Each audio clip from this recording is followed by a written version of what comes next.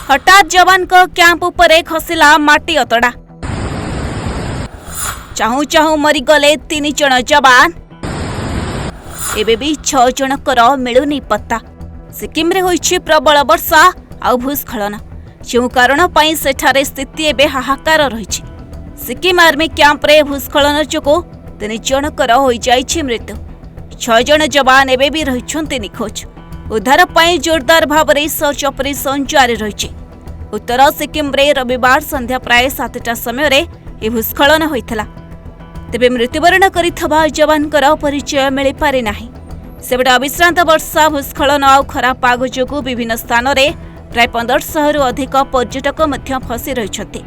लाचेन एवं लाचुंग अंचल रे फसी रहिछन्ति से पर्यटक माने। भूस्खलन कारण उभय पटरु रास्ता मध्य बंद हो जाइछि। नाही नथिबा असुविधा रे से माने सम्मुखीन होइछन्ति। सेमानक उद्धार करिबा पई जारी रहिछि उद्यम।